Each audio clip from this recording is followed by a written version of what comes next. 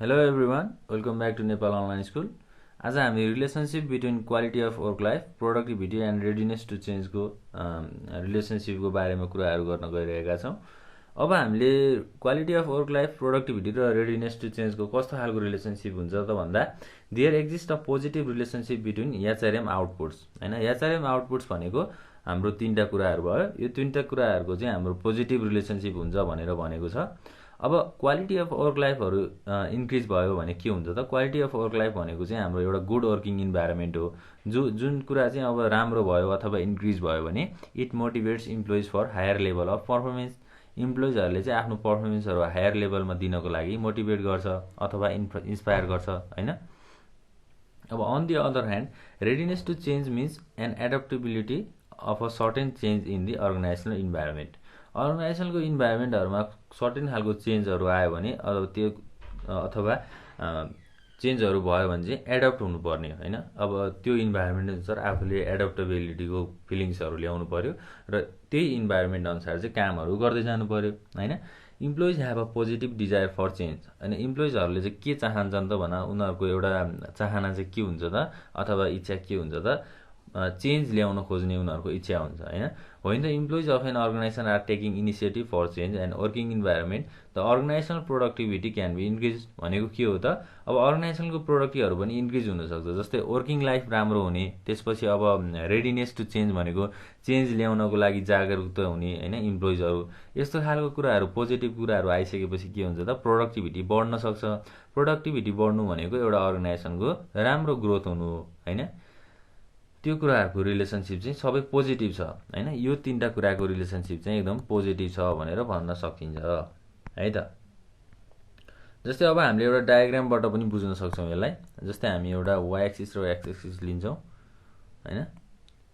Why axis, X axis. अब हामीले why एक्सिसमा चाहिँ क्वालिटी अफ वर्क लाइफको कुराहरू गरौँ र हाम्रो एक्स एक्सिसमा चाहिँ प्रोडक्टिभिटी होइन। प्रोडक्टिभिटीमा चाहिँ जस्तै अब 10, 20, 30, 40, 50, 60, 70 ल। अब प्रोडक्टिभिटीलाई चाहिँ हामीले युनिटमा मेजर गरौँ होइन। त्यसै गरी क्वालिटी अफ वर्क लाइफ छ। जस्तै अब 0, 50, 100, 150, 200 होइन। त्यसै गरी 250, 300 यस्ता खालका कुराहरू छ। अब हामीले के बुझ्नु पर्यो त भन्दा क्वालिटी अफ वर्क लाइफ 0 हुँदाखेरि प्रोडक्टिभिटी के छ? 10 छ होइन। जस्तै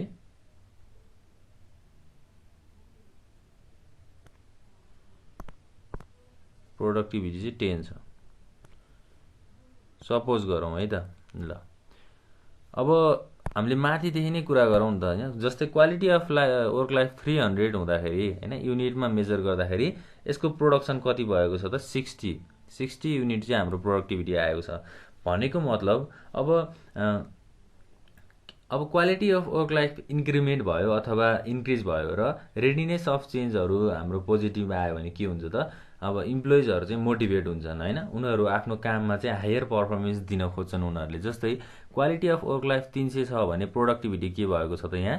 जस्तै 10, 20, 30, 40, 50, 60, 70 भनेको प्रोडक्टिभिटी त 60 मा पुगेको छ नि होइन। सबभन्दा हाइएस्ट प्रोडक्टिभिटी छ। त्यसै गरी अब यदि हाम्रो क्वालिटी अफ वर्क लाइफ 250 छ भने प्रोडक्सन कति भएको छ त? 50 भनेको अब क्वालिटी अफ वर्क लाइफ चाहिँ 300बाट अलिकति घटेर 250 मा आयो होइन। त्यसपछि प्रोडक्टिभिटी कति भयो त? 50 भयो होइन। प्रोडक्टिभिटीमा चेन्जहरू कति आयो त? यस्तो खालको चेन्जलाई चाहिँ हामीले फेरि के भन्छौँ त? अब रेडिनेस टु चेन्ज होइन। Readiness to change. अब हामीले जस्तै 0 प्रोडक्टिभिटी हुँदाखेरि के भनेका थियौँ त? 10 युनिट प्रोडक्सन भनेका थियौँ होइन। त्यसै गरी अब 50 क्वालिटी अफ वर्क लाइफ 50 हुँदाखेरि चाहिँ प्रोडक्टिभिटी 20 होइन। त्यसै गरी क्वालिटी अफ वर्क लाइफ 100 हुँदाखेरि productivity 30, quality of work life 150 हुँदाखेरि चाहिँ 40 हैन। यसै गरी चाहिँ हामीले कुराहरू गरेका थियौं। ल अब यस्तो खालको चेन्जहरू आयो हैन। अब चेन्जहरू हुन्छ नि त, जस्तै अब क्वालिटी अफ वर्क लाइफ बढ्दै गर्दाखेरि चाहिँ प्रोडक्टिभिटीहरू बढ्दै गयो हैन। त्यसैगरी अब क्वालिटी अफ वर्क लाइफ घट्दै आउँदाखेरि प्रोडक्टिभिटीहरू डिक्रिज हुँदै गयो। यस्तो खालको रिलेसनशिपहरूलाई चाहिँ हामीले पोजिटिभ रिलेसनशिप भन्छौं हैन। कुनै पनि एउटा पोजिटिभ रिलेसनशिपमा चाहिँ क्वालिटी अफ वर्क लाइफ बढ्यो भने प्रोडक्टिभिटी पनि इन्क्रिज हुन्छ। र अब रेडिनेस टु चेन्ज भनेको चेन्जहरू आउने हैन। चेन्ज भनेको त्यही त हो नि, जस्तो क्वालिटी अफ वर्क लाइफ बढ्दाखेरि प्रोडक्टिभिटी इन्क्रिज भयो, त्यो बीचको चेन्जलाई हामीले के भन्छौं? रेडिनेस टु चेन्ज भन्छौं। यही कुराहरू हो। अब हामीले अर्को डिस्कस गर्ने टपिक भनेको challenges of HRM. Human resource म्यानेजमेन्टको च्यालेन्जेसहरू चाहिँ के कस्ता हुन्छन् त हैन। जस्तै ह्युमन रिसोर्स म्यानेजमेन्ट चाहिँ अब एउटा ओपन इन्भाइरोमेन्टमा चाहिँ उसले काम गरिरहेको हुन्छ, जति it is influenced by internal and external change in the environmental forces हैन। उनीहरू चाहिँ अब एउटा इन्टरनल र एक्सटर्नल चेन्जहरू चाहिँ भइरहेको हुन्छ इन्भाइरोमेन्ट फोर्सेसमा। र it operates in a dynamic environment भनेको चेन्जेबल इन्भाइरोमेन्टमा चाहिँ ह्युमन रिसोर्स म्यानेजमेन्टले काम गरिरहेको हुन्छ। अब च्यालेन्जेसको रूपमा चाहिँ हामीले फर्स्टमा हेर्न सक्छौं इन्भाइरोमेन्टल च्यालेन्जेस।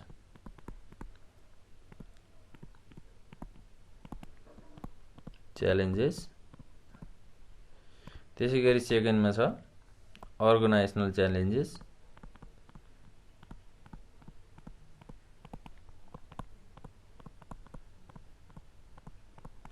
र थर्डमा छ इन्डिभिजुअल च्यालेन्जेस।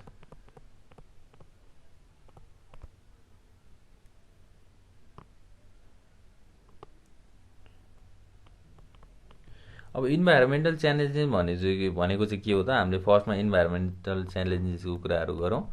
जस्तै अब it refers to forces and institution that are beyond the axis of management भनेको म्यानेजमेन्टको हातमा भन्दा बियोन्ड छ हैन। म्यानेजमेन्टले चाहिँ अब यस्तो कुराहरूलाई चाहिँ आफ्नो क्यापासिटी अनुसार चाहिँ मेजर गर्न सक्दैन। This forces are external to the organization भन्दा बाहिरको फोर्सेसहरूलाई चाहिँ इन्भाइरोमेन्टल च्यालेन्जेस भनिन्छ। जस्तै अब manager face difficulties in managing such environmental issues हैन। म्यानेजरले चाहिँ के गर्छ त, उसलाई चाहिँ इन्भाइरोमेन्टल इस्युजहरू मेन्टेन गर्न अथवा म्यानेज गर्न चाहिँ गाह्रो भइरहेको हुन्छ। जस्तै अब ग्लोबलाइजेसन मुभमेन्ट भनेको एउटा के हो त? इन्भाइरोमेन्टल च्यालेन्जेस हो। मोमेन्ट हैन। यो भनेको चाहिँ के हो त? The process through which the organization enters into global or international market भनेको एउटा डोमेस्टिक मार्केटबाट इन्टरनेसनल मार्केट अथवा ग्लोबल मार्केटमा चाहिँ इन्टर गर्छ कुनै पनि अर्गनाइजेसन भने त्यस्तो खालको कुराहरूमा चाहिँ ग्लोबलाइजेसन मुभमेन्टलाई हामीले डेफिनेसनबाट भन्न सक्छौँ है। अब it is defined as the tendency of the firm to promote sales to new market in foreign countries भनेको फरेन कन्ट्रिज भनेको नयाँ नयाँ मार्केटमा चाहिँ अब आफ्नो सामानहरूलाई प्रोमोट गर्ने, त्यसपछि सेल्स गर्ने कुराहरू चाहिँ हामीले यसरी चाहिँ डिफाइन गर्न सक्छौँ ग्लोबलाइजेसन मुभमेन्टलाई। भनेपछि अब इन्टरनेसनल मार्केटमा आफ्नो गुड्सहरूलाई अब ट्रेड गरिसकेपछि अथवा बेच्न लैसकेपछि के हुन्छ त?